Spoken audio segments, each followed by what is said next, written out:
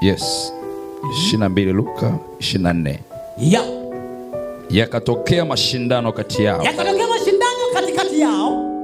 Kwamba ni nani anayehesabiwa kuwa mkubwa? Ni nani anayehesabiwa kuwa mkubwa? Kumbe wanafunzi wa Yesu nao walikuwa wanagombania ni nani ni mkubwa katikati yetu. Akawaambia, wafalme wa mataifa. Akasema wafalme wa mataifa na nchi zetu watawala. Ni watawala. Na wenye mamlaka juu yao huitwa wenye fadhili. Wanaitwa wenye fadhili, wenye mamlaka. Lakini kwenu ninyi sivyo. Akasema kwenu ninyi sivyo.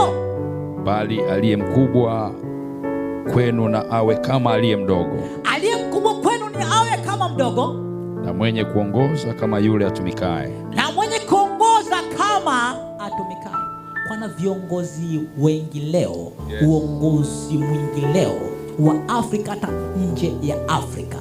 Anayepewa nafasi, walio wengi awawi watumishi wazuri wa raia wao.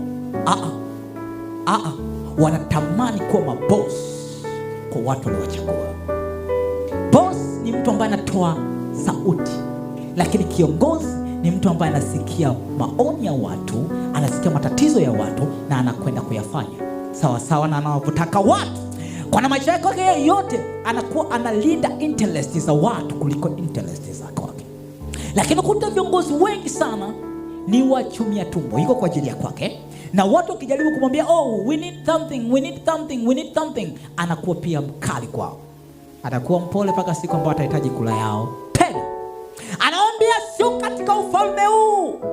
Ufalme wa Mungu atakataka kuwa mkubwa ni awe mtumishi wa wengine, ni awatumikie wengine, ni awaangalie wengine. Kwa nataka tumikia wengine, atakakuwa kama mdogo, ndio ufalme wa Mungu unamhesabia kama mkubwa. Kwa baadhi ya watumishi wanaona washirika wao sio kitu, lakini ni Mungu anakuwa amemchagua awatumikie hao. Ilikuwa Mwanafamilia, bonyeza alama hiyo ya subscribe. Asante.